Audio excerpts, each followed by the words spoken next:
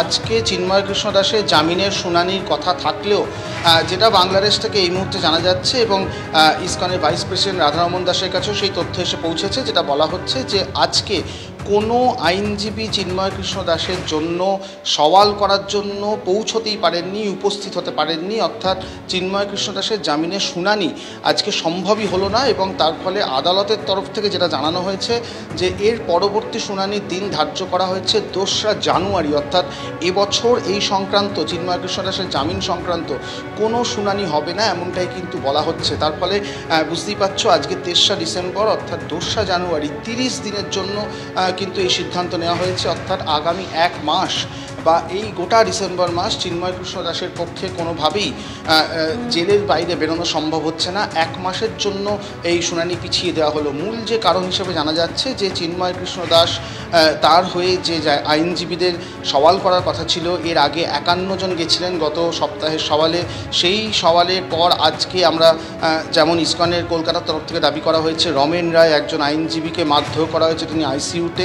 সার্বিকভাবে যে পরিস্থিতি তৈরি হয়েছে, বাকি 50 জন আইনজীবীর কেউ কিন্তু কোর্টে পৌঁছলেন না, পৌঁছতে পারলেন না এবং তার জেরেই কিন্তু এই সওয়াল সম্ভবই হলো না এবং সার্বিকভাবে 2রা জানুয়ারি পর্যন্ত অন্তত চিন্ময় কৃষ্ণ দাসকে জেলেই থাকতে হচ্ছে।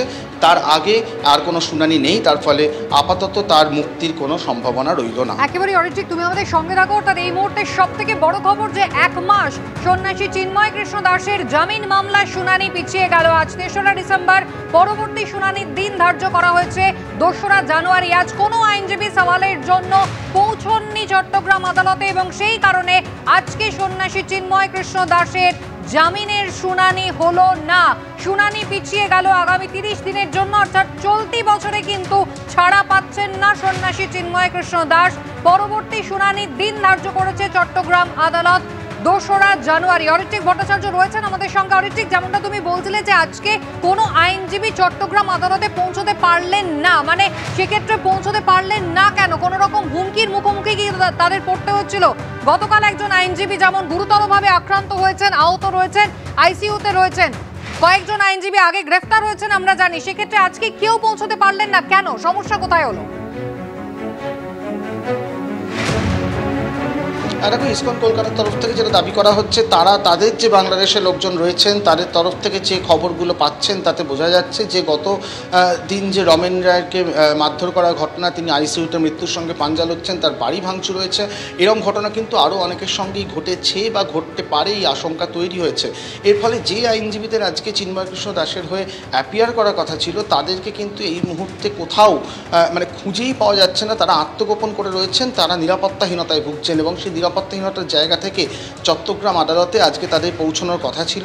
সেই চট্টগ্রাম আদালতে যখন এই মামলা ওঠে তখন দেখা যায় যে চিন্ময় কৃষ্ণ দাসের পক্ষে কোনো আইনজীবী নামতেই পারলেন না, কোনো আইনজীবী আসলেনই না। শুধুমাত্র সরকারি আইনজীবীরা উপস্থিত ছিলেন, যারা খুব সঙ্গত কারণেই তারা চিন্ময় কৃষ্ণ দাসের জামিনের বিরোধিতা করবেন বলেই সূত্রের খবর ছিল, তারা উপস্থিত ছিলেন, কিন্তু চিন্ময় কৃষ্ণ দাসের কোনো আইনজীবী উপস্থিত থাকতে পারলেন না।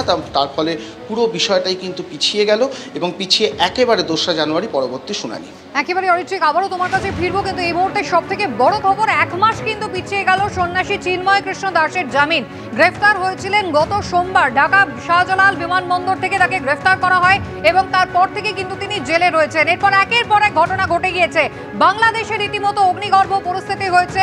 একের পর এক আইনজীবী তারা গ্রেফতার হয়েছেন, কারোর বিরুদ্ধে বিস্ফোরণের মামলা দেওয়া হয়েছে। আবার গতকাল চিন্ময় কৃষ্ণ দাসের আইনজীবী তিনি আক্রান্ত হয়েছেন, তার বাড়ি ভাঙচুর হয়েছে, আইসিইউতে একেবারে মৃত্যুর সঙ্গে পাঞ্জা লড়ছেন তিনি। আর সেই অবস্থায় আজকে যখন গোটা বিশ্বের মানুষ অপেক্ষা করে রয়েছেন সন্ন্যাসী চিন্ময় কৃষ্ণ দাসের জামিন হবে কি হবে না, এই প্রশ্ন যখন সব থেকে গুরুতর হয়ে উঠেছে, সেই অবস্থায় জামিনের মামলার শুনানি কিন্তু পিছিয়ে গেল পরবর্তী মাস পর্যন্ত 2রা জানুয়ারি। কারণ চিন্ময় কৃষ্ণ দাসের হয়ে কোনো আইনজীবী আদালতে পৌঁছলেন না এবং সেখানেও সব থেকে বড় হয়ে দেখা দিল বাংলাদেশের বর্তমান পরিস্থিতি, নিরাপত্তাহীনতার পরিস্থিতি।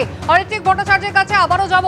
অরিত্রিক, অর্থাৎ ইসকনের পক্ষ থেকে যে আশঙ্কা বারবার করা হচ্ছিল যে চিন্ময় কৃষ্ণ দাস তিনি যে জেলে রয়েছেন তার শারীরিক অবস্থা কেমন, তারা যথেষ্ট চিন্তায় রয়েছেন। তার পাশাপাশি জেলেও তার উপরে হামলা হতে পারে। একেবারে শুরুর দিকে আমরা রাধারমণ দাসের সেই আশঙ্কার কথা শুনেছিলাম এবং কোথাও একটা আরো পরিস্ফুট হচ্ছে, আইনজীবীরা তারাও সুরক্ষিত বোধ করছেন না চিন্ময় কৃষ্ণ দাসের হয়ে সওয়াল করতে। আজকে সকালেও কিন্তু রাধারমণ দাসের সঙ্গে আমাদের যখন কথা হয়েছিল, ভাইস প্রেসিডেন্ট কলকাতা ইসকনে, তিনি পরিষ্কার বলেছিলেন যে এই মুহূর্তে যে আইনজীবীরা যারা পৌঁছবেন আজকে চিন্ময় কৃষ্ণ দাসের হয়ে সওয়াল করতে, তাদের নিরাপত্তা অত্যন্ত প্রয়োজন বলেই তারা মনে করছেন। কারণ ঘটনা পরম্পরা সেই আশঙ্কাকে তাদের সত্যি করতে আশঙ্কাকে বিশ্বাস করতে বাধ্য করেছিল এবং সেটাই দেখা গেল সত্যি পরিণত হলো। কোনো আইনজীবী পৌঁছতে পারলেন না, আদালত চত্বরে ঢুকতে পারলেন না, এবং তারা কোথায়, কে কোথায় সেটাও নির্দিষ্টভাবে জানা যাচ্ছে না। এবং ইসকনের যারা এই মুহূর্তে বাংলাদেশে রয়েছেন, যারা এই আইনজীবীদের সঙ্গে যোগাযোগ রাখছিলেন, তারাও কিন্তু পরিষ্কার করে বলতে পারছেন না যে আইনজীবীরা কোথায়। তাদের সঙ্গে যোগাযোগ করা গেলে তারা বলছেন যে আমরা আসতে পারছি না, কিন্তু কেন পারছেন না, কোথায় আছেন, এই বিষয়গুলো সম্পূর্ণ অস্পষ্ট। কিন্তু রমেন রায়, ইসকনের চিন্ময় কৃষ্ণ দাসের আইনজীবী, তিনি যখন প্রহৃত হন, এটা বোঝাই যাচ্ছে যে আশঙ্কা করেছিলেন ইসকনের অন্যান্য সন্ন্যাসীরা যে এই ঘটনা কিন্তু একটা সুদূরপ্রসারী প্রভাব থাকবে, এবং সেটাই কিন্তু সত্যি প্রমাণিত হলো। সেই আশঙ্কার জায়গা থেকে আজকেও কিন্তু কোনো আইনজীবী এলেন না। এবং বলে রাখা দরকার, এর আগে আমরা দেখেছি, এর আগে চিন্ময় কৃষ্ণ দাসকে যেদিন চট্টগ্রাম আদালতে তোলা হয়েছিল, সেদিন আদালত চত্বরে একটা গণ্ডগোল হয় এবং সেখানে একজন আইনজীবীর মৃত্যু হয়। সেই পরিপ্রেক্ষিতে অনেক আইনজীবীর বিরুদ্ধে কিন্তু মামলা দায়ের করা রয়েছে। অর্থাৎ এই যে চিন্ময় কৃষ্ণ দাসের সঙ্গে যে তার হয়ে 51 জন আইনজীবী সওয়াল করেছিলেন, তাদের প্রায় প্রত্যেকের বিরুদ্ধে কিন্তু পুলিশি মামলা রয়েছে। সেটাও একটা কারণ তারা আসতে ভয় পেলেন, কারণ সেক্ষেত্রে তারা গ্রেফতারিরও আশঙ্কা করছেন। সার্বিকভাবে যে পরিস্থিতি, তাতে চিন্ময় কৃষ্ণ দাসের হয়ে দাঁড়ানোর আইনজীবী গোটা বাংলাদেশে, গোটা চট্টগ্রামে পাওয়া গেল না, এবং তার জেরেই কিন্তু শুনানি পিছিয়ে গেল, এবং পিছিয়ে গিয়ে একেবারে 2রা জানুয়ারি, আজকে 3রা ডিসেম্বর, 30 দিন পিছিয়ে গেল। 2রা জানুয়ারি এই সওয়াল হবে, এবং তখন দেখা যাবে তিনি জামিন পান কিনা। কিন্তু 1 মাস, আরও 1 মাস তাকে জেলবন্দি থাকতে হবে। ইতিমধ্যেই আজকে 9ম দিন, আমরা জানি 9 দিন সম্পূর্ণ হয়ে গেল। আরও 1 মাস কিন্তু চিন্ময় কৃষ্ণ দাস জেলবন্দি অন্তত থাকবেন।